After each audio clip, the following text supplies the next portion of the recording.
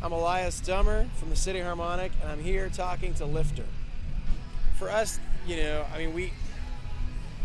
took a month off this time to make it, which was different for us. Last time we made the record in 11 days. It was kind of a fire and fury type thing. So this year, we've sort of really, it's a bit of a concept album, so we sat down to write the songs in the studio with the basic idea of what we wanted to say coming into it. Okay. And as well, for us, there was a lot of stuff coming in.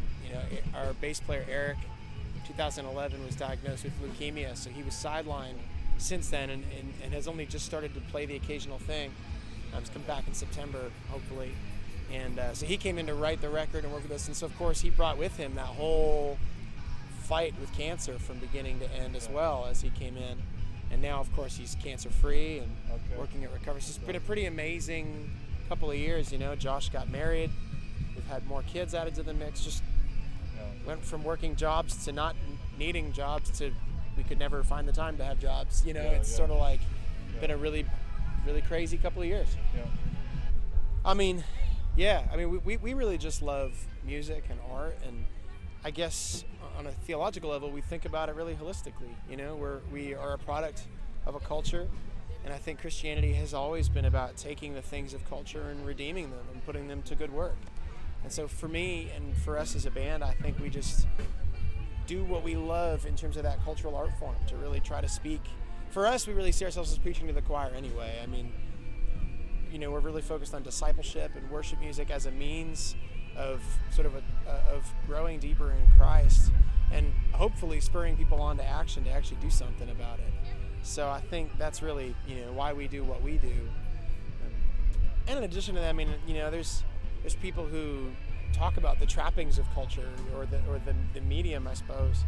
But I guess the thing for me is that Christianity really comes down to what we're for. The basic orthodoxy of it is about what we do believe and what we do about it. And I think we can sometimes hide behind the things that we're against as a way of not dealing with ourselves. So I think for me, it really comes down to discipleship, and it really comes down to speaking to people on a level they can understand.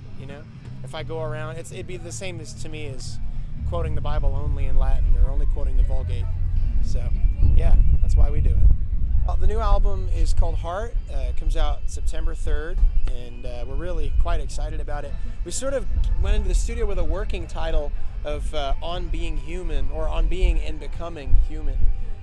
Really wanted to talk about this idea of Christ being at the center of the cosmos, but then also giving us the image by which we know how to become fully human, I guess. We brought a lot of real life with us into this record. The last 2 years have been nuts. Eric fought off cancer. We've had weddings and babies and, big life changes in the last 2 years. And so a lot of real life experience came with it.